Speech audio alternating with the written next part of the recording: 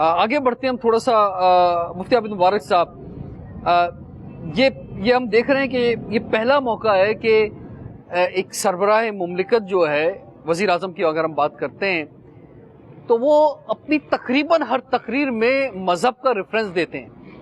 یہ ایک بہت اچھی بات بھی ہے کہ وہ حضور کے کوئی واقعہ یا ریاست مدینہ کا ریفرنس جو ہے وہ بیان کرتے ہیں. پہلے تو ہم سمجھتے تھے کہ یا عوام یہ سمجھتی تھی کہ جناب یہ صرف آپ لوگوں کا ہی کام ہے. یہ ایک اچھی بات ہوئی کہ جناب اس طرح بھی جو ہے وہ بات کی جا رہی ہے اور سامنے آ رہی ہے، اور ایون الیکشن کیمپین میں بھی ریاست مدینہ کی بات آئی، ابھی بھی بات ہو رہی ہے.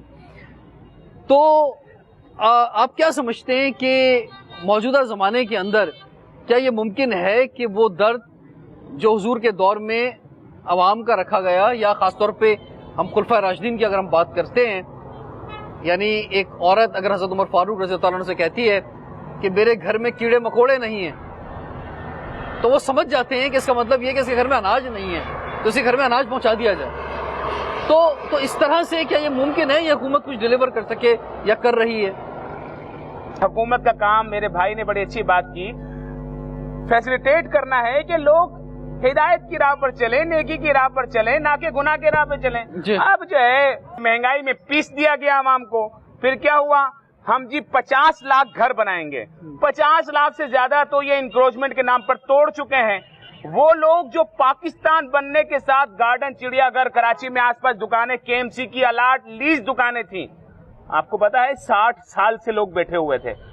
وہ حکومت کا فیصلہ تو نہیں تھا، وہ تو سپریم کورٹ کا فیصلہ تھا. سپریم کورٹ بھی فیصلہ جو کرے گی وہ انسانیت اور مملکت اور عوام کو دیکھ کر کرے گی نا.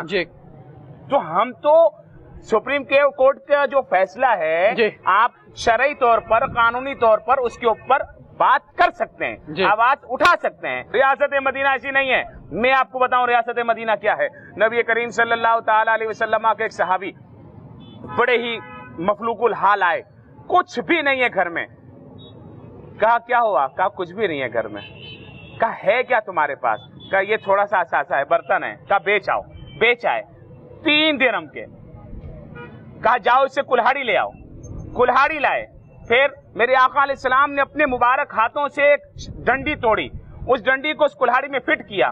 کہا جاؤ جنگل سے لکڑیاں کاٹو اور بیچ کر آؤ.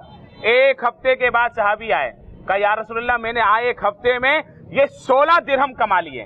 کہا اس 8 درہم سے اپنے گھر کا خرچہ چلاؤ، چلاتے رہو روزانہ، اور باقی 8 سے کام کرتی ہے. ریاست مدینہ تو یہ ہے جس میں لوگوں کو کاروبار سکھایا جائے، لوگوں کو فیسیلیٹیٹ کیا جائے. اس سے حکومت کب انکار کر رہی ہے؟ حکومت انکار نہیں کر رہی، حکومت نے یہی تو اعلان کیا کہ تیل نکلنے والا ہے اور پوری عوام کا تیل نکال دیا. وہاں سے تو نکلا نہیں. وہ تو ایک خوشائن بات کی تھی، ایک روشنی خوشائن بات تو سب نے لارے دیے ہیں. لوگوں کو روزگار ملتا اس وجہ سے. اب بھی مسئلہ یہ ہے روزگار تو آپ بعد میں دو، پہلے وہ روزگار جو آپ نے دیا ہوا تھا، لوگوں کا آج تک کیا ہوا تھا، وہ آپ نے چھین لیا.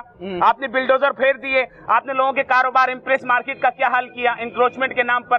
اگر آپ کو وہاں سے دکانیں ختم کرنی تھی تو آپ وہاں ڈیولپمنٹ کرتے، آپ نقشہ بناتے. بات یہ ہے کہ حکومت اپوزیشن کرنا آسان ہوتا ہے، حکومت کرنا مشکل ہوتا ہے. اور پاکستان جیسے ملک کے اندر کہ جب آپ کو پیچھے سے جو ہے ایسی چیزیں ملیں کہ یعنی آپ سفر وہاں سے شروع کرتے ہیں جہاں پر آپ کھڑے ہوئے ہوں، تو مشکلات ہیں، بہت زیادہ مشکلات ہیں. لیکن اس کے باوجود اس خواہش کا اظہار کرنا ریاست مدینہ کا، اپنی تقاریر میں وزیر اعظم کا اسلامی ریفرنسز جو ہے وہ بیان کرنا، اس کو علماء کرام خوشائن قرار دیں گے؟ دیکھیں، یہ جہاں تک بات اسلام کے حوالے اور اسلام کی مثالیں دینے کی ہے، وہ تو اچھی بات ہے کہ کوئی شخص اگر اسلام یہ چاہتا ہے کہ میں ایسا کام کر لوں تو ہم تو ظاہراً تو یہی کہیں گے کہ بات صحیح ہے اور یہ ہونی چاہیے.